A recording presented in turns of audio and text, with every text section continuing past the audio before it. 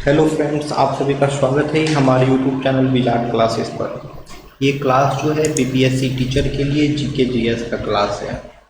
आज के सेशन का पहला क्वेश्चन है, भारत का सबसे ऊंचा बांध कौन सा है? तो यह हो जाएगा टिहरी बांध।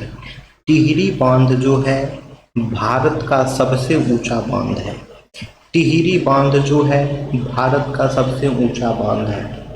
नेक्स्ट क्वेश्चन है, निम्नलिखित में से कौन गंगा नदी की सहायक नदी है? निम्नलिखित में से कौन जो है गंगा नदी की सहायक नदी है? तो यह हो जाएगा यमुना नदी। यमुना नदी जो है गंगा नदी की सहायक नदी है। यमुना नदी जो है गंगा नदी की सहायक नदी है।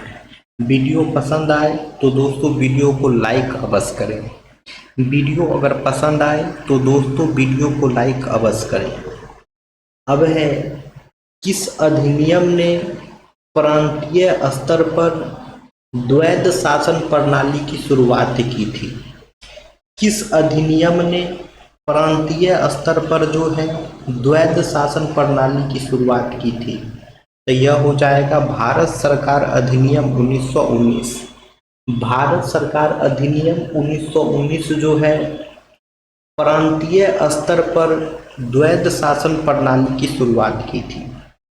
भारत सरकार अधिनियम 1919 जो है प्रांतीय स्तर पर द्वैध शासन प्रणाली की शुरुआत की थी। अब है, 1925 के काकोरी षड्यंत्र का नेतृत्व किसने किया था? 1925 के काकोरी षड्यंत्र का नेतृत्व किसने किया था? तो यह हो जाएगा राम प्रसाद बिस्मिल। 1925 के काकोरी ट्रेन जो इंसिडेंट हुई थी उसका षड्यंत्र जो है राम प्रसाद बिस्मिल के द्वारा किया गया था। थार रेगिस्तान से होकर कौन सी नदी बहती है? थार रेगिस्तान से होकर कौन सी नदी बहती है? तो यह हो जाएगा लूनी नदी। थार रेगिस्तान से होकर के जो है लूनी नदी बहती है। थार रेगिस्तान से होकर के जो है लूनी नदी बहती है। दोस्तों वीडियो अगर पसंद आए तो वीडियो को लाइक अवश्य करें। वीडियो अगर पसंद आए दोस्तों तो वीडियो को लाइक अवश्य करें। पूना समझौता जो है किनके बीच हुआ था? पूना समझौता जो है किनके बीच हुआ था? तो ये हो जाए गांधी और अंबेडकर। गांधी और अंबेडकर के बीच एक समझौता हुई थी, उसे ही जो है पूना समझौता कहा जाता है। पूना समझौता कब हुई थी? तो वर्ष 1932 में हुई थी। गांधी जी और अंबेडकर के बीच एक समझौता हुई थी 1932 में, उसे ही जो है पूना समझौता कहा जाता है। गंगा नदी का उद्गम स्थल कौन सा है? गंगा नदी का उद्गम स्थल कौन सा है? तो यह हो जाएगा गंगोत्री। गंगोत्री नदी जो है गंगा नदी का उद्गम स्थल है। गंगा नदी का उद्गम स्थल जो है गंगोत्री है। अब है, सविनय अवज्ञा आंदोलन की शुरुआत किसके साथ हुई थी? सविनय अवज्ञा आंदोलन की शुरुआत जो है किसके साथ हुई थी? तो यह हो जाएगा दांडी यात्रा। सविनय अवज्ञा आंदोलन की शुरुआत जो है दांडी यात्रा के साथ हुई थी। सविनय अवज्ञा आंदोलन की शुरुआत जो है दांडी यात्रा के साथ शुरू हुई थी। अब है, भारत के उत्तरी मैदान किन नदियों द्वारा बनाए गए हैं? The northern plains of India are formed by which rivers? Bharat के उत्तरी मैदान जो है किन नदियों के द्वारा बनाए गए हैं? तो यह हो जाएगा ब्रह्मपुत्र, गंगा और सिंधु। ब्रह्मपुत्र, गंगा और सिंधु नदी के द्वारा जो है भारत के उत्तरी मैदान बनाए गए हैं। कोंकण तट किन दो राज्यों के बीच स्थित है? कोंकण तट जो है किन दो राज्यों के बीच स्थित है? तो यह हो जाएगा महाराष्ट्र और गोवा। महाराष्ट्र और गोवा के बीच जो है कोंकण तट स्थित है। ठीक है, महाराष्ट्र और गोवा के बीच जो है कोंकण तट स्थित है। महाराष्ट्र और गोवा के बीच जो है कोंकण तट स्थित है। अब है जोग जलप्रपात किस नदी पर स्थित है? जोग जलप्रपात किस नदी पर स्थित है? तो यह हो जाएगा सारावती। सारावती नदी पर जो है जोग जलप्रपात स्थित है। सारावती नदी पर जो है जोग जलप्रपात स्थित है। इनकलाब जिंदाबाद का नारा किसने दिया था? इनकलाब जिंदाबाद का नारा किसने दिया था? तो यह हो जाएगा भगत सिंह। इनकलाब जिंदाबाद का नारा जो है भगत सिंह के द्वारा दिया गया था। इनकलाब जिंदाबाद का नारा जो है भगत सिंह के द्वारा दिया गया था। कौन सी पर्वतमाला उत्तर और प्रायद्वीपीय भारत को विभाजित करती है? Which mountain range separates northern and peninsular India? कौन सी पर्वतमाला जो है उत्तर और प्रायद्वीपीय भारत को जो है विभाजित करती है? तो यह हो जाएगा विंध्य। विंध्य पर्वतमाला जो है विंध्य पर्वतमाला जो है उत्तर और प्रायद्वीपीय भारत को जो है विभाजित करती है। विंध्य पर्वतमाला जो है उत्तर और प्रायद्वीपीय भारत को विभाजित करती है। 1932 में अखिल भारतीय हरिजन संघ की स्थापना किसने की थी? 1929 में जो है 1932 में जो है अखिल भारतीय हरिजन संघ की स्थापना किसने की थी? 1932 में जो है अखिल भारतीय हरिजन संघ की स्थापना किसने की थी? तो यह हो जाएगा महात्मा गांधी। महात्मा गांधी के द्वारा जो है 1932 में अखिल भारतीय हरिजन संघ की स्थापना की गई थी। महात्मा गांधी के द्वारा 1932 में जो है अखिल भारतीय हरिजन संघ की स्थापना की गई थी। ब्रिटिश भारत की राजधानी को कलकत्ता से दिल्ली कब हस्तांतरित किया गया था? तो यह हो जाएगा 1911। वर्ष 1911 में जो है ब्रिटिश भारत की राजधानी को कलकत्ता से दिल्ली हस्तांतरित किया गया था। दोस्तों, अगर वीडियो पसंद आए तो वीडियो को लाइक अवश्य करें। दोस्तों, अगर वीडियो पसंद आए तो वीडियो को लाइक अवश्य करें। आज़ाद हिंद फौज की स्थापना किस देश में हुई थी? आज़ाद हिंद फौज की स्थापना जो है किस देश में हुई थी? तो यह हो जाएगा सिंगापुर। आज़ाद हिंद फौज की स्थापना जो है सिंगापुर में हुई थी। आज़ाद हिंद फौज की स्थापना जो है सिंगापुर में हुई थी। भारतीय राष्ट्रीय कांग्रेस में नरमपंथी और उग्रपंथियों का विभाजन किस अधिवेशन में हुआ था?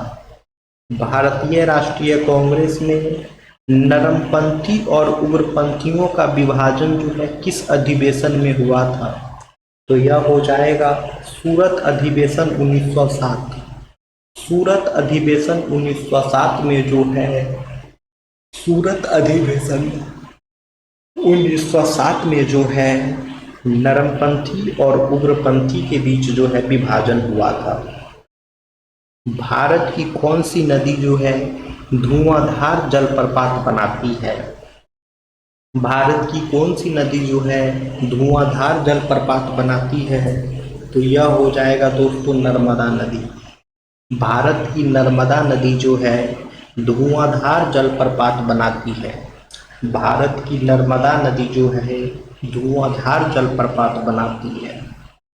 दोस्तों, अगर वीडियो पसंद आए तो वीडियो को लाइक अवश्य करें। दोस्तों, वीडियो पसंद आए तो वीडियो को लाइक अवश्य करें। दोस्तों, अब है धरसना से नमक सत्याग्रह का नेतृत्व किसने किया? धरसना से नमक सत्याग्रह का नेतृत्व किसने किया? तो यह हो जाएगा दोस्तों सरोजिनी नायडू। धरसना से जो है नमक सत्याग्रह का नेतृत्व सरोजिनी नायडू की थी। धरसना से जो है नमक सत्याग्रह का नेतृत्व सरोजिनी नायडू की थी। अब है दोस्तों भारत के किस पठार को जो है खनिजों का हृदय स्थल कहा जाता है? भारत के किस पठार को जो है खनिजों का हृदय स्थल कहा जाता है? तो यह हो जाएगा छोटा नागपुर पठार। भारत का जो छोटा नागपुर का पठार है उसे खनिजों का हृदय कहा जाता है। भारत का जो छोटा नागपुर का पठार है उसे जो है खनिजों का हृदय स्थल कहा जाता है। भारतीय मुख्य भूमि का सबसे दक्षिणी बिंदु कौन सा है? तो यह हो जाएगा कन्याकुमारी। भारत का प्रायद्वीपीय पठार किस प्रकार की चट्टानों से बना है? भारत का प्रायद्वीपीय पठार जो है किस प्रकार की चट्टानों से बना है? तो यह हो जाएगा उपरोक्त सभी। यानी कि भारत का जो प्रायद्वीपीय पठार है वह इग्नियस, सेडिमेंट्री और मेटामॉर्फिक रॉक से बना है। भारत का जो पेनिनसुलर प्लेट्यू है जिसे प्रायद्वीपीय पठार कहते हैं वह इग्नियस, सेडिमेंट्री और मेटामॉर्फिक रॉक से बना है। क्षेत्रफल के आधार पर भारत का सबसे छोटा राज्य कौन सा है? क्षेत्रफल के आधार पर भारत का सबसे छोटा राज्य कौन सा है? तो यह हो जाएगा गोवा। क्षेत्रफल के आधार पर भारत का सबसे छोटा राज्य जो यह हो जाएगा गोवा। उत्तर भारत में पश्चिमी विक्षोभ के कारण किस प्रकार की वर्षा होती है? What type of rainfall occurs due to western disturbances in North India? उत्तर भारत में पश्चिमी विक्षोभ के कारण किस प्रकार की वर्षा होती है? तो यह हो जाएगा चक्रवाती यानी कि साइक्लोनिक। उत्तर भारत में पश्चिमी विक्षोभ के कारण जो है चक्रवाती वर्षा होती है। उत्तर भारत में पश्चिमी विक्षोभ के कारण जो है चक्रवाती वर्षा होती है। 1919 का रॉलेट एक्ट जो है किस नाम से भी जाना जाता है? 1919 का रॉलेट एक्ट जो है किस नाम से भी जाना जाता है? तो यह हो जाएगा काला कानून। 1919 का जो रॉलेट एक्ट है उसे काला कानून के नाम से भी जाना जाता है। 1919 का जो रॉलेट एक्ट है उसे काला कानून के नाम से भी जाना जाता है। लक्षद्वीप द्वीप किस सागर में स्थित है? लक्षद्वीप द्वीप जो है वह किस सागर में स्थित है? तो यह हो जाएगा अरब सागर। लक्षद्वीप द्वीप जो है अरब सागर में स्थित है। लक्षद्वीप द्वीप जो है दोस्तों अरब सागर में स्थित है। आजाद हिंद फौज का पुनर्गठन किसने किया था? आजाद हिंद फौज का पुनर्गठन किसने किया था? तो यह हो जाएगा सुभाष चंद्र बोस। आजाद हिंद फौज का पुनर्गठन जो है सुभाष चंद्र बोस के द्वारा किया गया था। आजाद हिंद फौज का पुनर्गठन जो है सुभाष चंद्र बोस के द्वारा किया गया था। दोस्तों अगर वीडियो पसंद आए तो वीडियो को लाइक अवश्य करें। दोस्तों अगर वीडियो पसंद आए तो वीडियो को लाइक अवश्य करें। अब नेक्स्ट क्वेश्चन पे आते हैं। नेक्स्ट क्वेश्चन है भारत में महात्मा गांधी द्वारा चलाया गया पहला आंदोलन कौन सा था? भारत में जो है महात्मा गांधी के द्वारा चलाया गया पहला आंदोलन कौन सा था? तो यह हो जाएगा चंपारण आंदोलन। भारत में महात्मा गांधी के द्वारा चलाया गया पहला आंदोलन जो है चंपारण आंदोलन था। भारत में महात्मा गांधी के द्वारा चलाया गया पहला आंदोलन जो है चंपारण आंदोलन था। चंपारण आंदोलन कब हुआ था? तो 1917 में हुआ था। तिनकठिया पद्धति को लेकर, ठीक है, नील की खेती की जो तिनकठिया पद्धति थी उसी को लेकर के जो है चंपारण आंदोलन किया गया था। और चंपारण आंदोलन में आने के लिए गांधी जी को निमंत्रण जो है राजकुमार शुक्ल दिए थे। कांग्रेस के कौन से अधिवेशन में जो है राजकुमार शुक्ल गांधी जी को चंपारण आने का निमंत्रण दिए थे? तो 1916 का जो लखनऊ अधिवेशन था उसी अधिवेशन में राजकुमार शुक्ल लखनऊ जाकर के गांधी जी को जो है चंपारण आने की निमंत्रण दिए थे। और 1917 में फिर गांधी जी चंपारण आए और तिनकठिया पद्धति को लेकर के जो है गांधी जी चंपारण आंदोलन किए थे। और गांधी जी का पहला आंदोलन जो है वो चंपारण आंदोलन ही है। चंपारण कहाँ है? तो चंपारण जो है बिहार में है। ठीक है, आगे आते हैं। अब 1857 की क्रांति के समय भारत का गवर्नर जनरल कौन था? 1857 की क्रांति के समय जो है भारत का गवर्नर जनरल कौन था? तो 1857 की क्रांति के समय भारत का गवर्नर जनरल लॉर्ड कैनिंग था। 1857 की क्रांति के समय जो है भारत का गवर्नर जनरल लॉर्ड कैनिंग था। और बिहार से जो है 1857 की क्रांति का नेतृत्व कौन किया था? तो बिहार से जो 1857 की क्रांति का नेतृत्व किए थे वो कुंवर सिंह थे। बिहार से जो 1857 की क्रांति का नेतृत्व किए थे वह कुंवर सिंह थे। ठीक है, अब आगे आते हैं। नेक्स्ट क्वेश्चन है 1906 में अखिल भारतीय मुस्लिम लीग की स्थापना किसने की थी? 1906 में जो है अखिल भारतीय मुस्लिम लीग की स्थापना किसने की थी? तो यह हो जाएगा आगा खान। 1906 में जो है अखिल भारतीय मुस्लिम लीग की स्थापना जो है आगा खान के द्वारा किया गया था। 1906 में जो है अखिल भारतीय मुस्लिम लीग की स्थापना जो है आगा खान के द्वारा किया गया था। अब है अगस्त प्रस्ताव किस वर्ष में घोषित किया गया था? अगस्त प्रस्ताव जो है किस वर्ष में घोषित किया गया था? तो यह हो जाएगा 1940। अगस्त प्रस्ताव जो है वर्ष 1940 में घोषित किया गया था। अगस्त प्रस्ताव जो है वर्ष 1940 में घोषित किया गया था। अब है किस अधिनियम ने मुसलमानों के लिए अलग निर्वाचन मंडल की व्यवस्था की? किस अधिनियम ने मुसलमानों के लिए जो है अलग निर्वाचन मंडल की व्यवस्था की? तो यह हो जाएगा भारतीय परिषद अधिनियम 1909, इंडिया काउंसिल एक्ट 1909, यानी कि भारतीय परिषद अधिनियम 1909 के द्वारा जो है मुसलमानों के लिए अलग निर्वाचन मंडल की व्यवस्था की। ठीक है दोस्तों, अगर वीडियो पसंद आ रहा हो तो आप लोग वीडियो को लाइक अवश्य करें दोस्तों। अगर वीडियो पसंद आ रहा हो तो आप लोग वीडियो को लाइक अवश्य करें दोस्तों। अब है अरावली और विंध्य पर्वतमालाओं के बीच कौन सा पठार स्थित है? Which plateau lies between the Aravalli and Vindhya ranges? Aravalli और विंध्य पर्वतमालाओं के बीच कौन सा पठार स्थित है? तो यह हो जाएगा मालवा का पठार। अरावली और विंध्य पर्वतमालाओं के बीच जो है कौन सा पठार स्थित है? तो यह हो जाएगा मालवा का पठार। अरावली और विंध्य पर्वतमाला के बीच जो है मालवा का पठार स्थित है।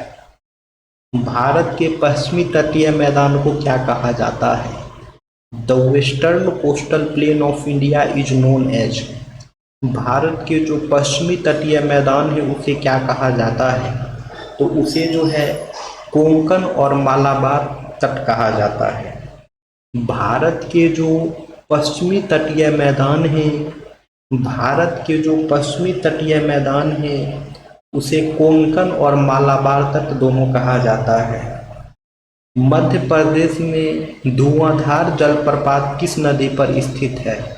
Which river forms the Dhuandhar falls in Madhya Pradesh? Madhya Pradesh में जो है धुआंधार जलप्रपात किस नदी पर स्थित है? तो यह हो जाएगा नर्मदा नदी। मध्य प्रदेश में जो है धुआंधार जलप्रपात जो है नर्मदा नदी पर स्थित है। मध्य प्रदेश में जो है धुआंधार जलप्रपात जो है नर्मदा नदी पर स्थित है। अब है लोकटक झील किस राज्य में स्थित है? लोकटक झील जो है किस राज्य में स्थित है? तो यह हो जाएगा मणिपुर। लोकटक झील जो है मणिपुर राज्य में स्थित है। लोकटक झील जो है मणिपुर राज्य में स्थित है। अब बहुत ही वीवीआई क्वेश्चन है, इसको याद कर लीजिएगा दोस्तों। क्षेत्रफल की दृष्टि से भारत का सबसे छोटा केंद्र शासित प्रदेश कौन सा है? क्षेत्रफल की दृष्टि से भारत का सबसे छोटा केंद्र शासित प्रदेश कौन सा है? तो यह हो जाएगा लक्षद्वीप। क्षेत्रफल की दृष्टि से भारत का सबसे छोटा केंद्र शासित प्रदेश जो है लक्षद्वीप हो जाएगा। क्षेत्रफल की दृष्टि से भारत का सबसे छोटा केंद्र शासित प्रदेश जो है लक्षद्वीप हो जाएगा। संयुक्त राज्य अमेरिका में क्रांतिकारी गदर पार्टी का नेतृत्व किसने किया? संयुक्त राज्य अमेरिका में क्रांतिकारी गदर पार्टी का नेतृत्व किसने किया?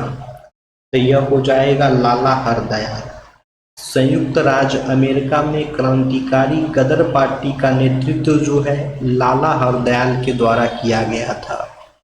संयुक्त राज्य अमेरिका में क्रांतिकारी गदर पार्टी का नेतृत्व जो है लाला हरदयाल के द्वारा किया गया था। मध्य प्रदेश में धुआंधार जलप्रपात किस नदी पर स्थित है? मध्य प्रदेश में धुआंधार जलप्रपात जो है किस नदी पर स्थित है? तो यह हो जाएगा नर्मदा नदी। मध्य प्रदेश में धुआंधार जलप्रपात जो है नर्मदा नदी पर स्थित है। सुभाष चंद्र बोस द्वारा आजाद हिंद फौज का पुनर्गठन कब किया गया था? सुभाष चंद्र बोस द्वारा आजाद हिंद फौज का पुनर्गठन कब किया गया था? तो यह हो जाएगा 1943। सुभाष चंद्र बोस के द्वारा जो है आजाद हिंद फौज का पुनर्गठन 1943 में किया गया था। सुभाष चंद्र बोस के द्वारा जो है आजाद हिंद फौज का पुनर्गठन 1943 में किया गया था। दोस्तों अगर वीडियो पसंद आए तो वीडियो को लाइक अवश्य करें। दोस्तों अगर वीडियो पसंद आए तो वीडियो को लाइक अवश्य करें। भारत का सबसे लंबा समुद्र तट किस राज्य का है? Which Indian state has the longest coastline? Bharat का सबसे लंबा समुद्र तट जो है किस राज्य का है? तो यह हो जाएगा गुजरात। भारत का सबसे लंबा समुद्र तट जो है गुजरात राज्य का है। केसरी अखबार के संपादक कौन थे? Who was the editor of the newspaper Kesari? Kesari अखबार के संपादक कौन थे? यह हो जाएंगे बाल गंगाधर तिलक। केसरी समाचार पत्र के संपादक जो हैं बाल गंगाधर तिलक थे। भारतीय मानक समय IST किस देशांतर रेखा पर आधारित है? The Indian standard time IST is based on which longitude? The Indian standard time IST is based on which longitude? तो यह हो जाएगा 82.5 डिग्री पूर्व। भारतीय मानक समय जो है 82.5 डिग्री पूर्व देशांतर पर आधारित है। भारतीय मानक समय जो है 82.5 डिग्री पूर्व देशांतर पर आधारित है। भारतीय मानक समय जो है 82.5 डिग्री पूर्व देशांतर पर आधारित है। कपास की खेती के लिए कौन सी मिट्टी सबसे उपयुक्त होती है? Which soil is best suited for cotton cultivation? कपास की खेती के लिए जो है कौन सी मिट्टी सबसे उपयुक्त होती है? तो यह हो जाएगा काली मिट्टी। कपास की खेती के लिए सबसे उपयुक्त मिट्टी जो है वह हो जाएगा काली मिट्टी। दोस्तों अगर वीडियो पसंद आए तो वीडियो को लाइक अवश्य करें। दोस्तों अगर वीडियो पसंद आए तो वीडियो को लाइक अवश्य करें। और एक बात याद रखना है, काली मिट्टी को ही जो है रेगुर मिट्टी भी कहा जाता है। काली मिट्टी को ही जो है रेगुर मिट्टी भी कहा जाता है। काली मिट्टी में कपास की खेती सबसे ज़्यादा होती है। किस अधिनियम को भारतीय शिक्षा का चार्टर अधिनियम कहा जाता है? किस अधिनियम को जो है भारतीय शिक्षा का चार्टर अधिनियम कहा जाता है? तो यह हो जाएगा 1813 का चार्टर अधिनियम। 1813 का जो चार्टर अधिनियम है 1813 का जो चार्टर अधिनियम है इसे भारतीय शिक्षा का चार्टर अधिनियम भी कहा जाता है। 1813 का जो चार्टर अधिनियम है इसे भारतीय शिक्षा का चार्टर अधिनियम भी कहा जाता है। वीडियो पसंद आ रहा हो तो वीडियो को लाइक अवश्य करें दोस्तों। वीडियो पसंद आ रहा हो तो वीडियो को लाइक अवश्य करें दोस्तों। बनारस हिंदू विश्वविद्यालय की स्थापना किसने की थी? बनारस हिंदू विश्वविद्यालय की स्थापना किसने की थी? तो यह हो जाएगा मदन मोहन मालवीय। बनारस हिंदू विश्वविद्यालय की स्थापना जो है मदन मोहन मालवीय के द्वारा किया गया था।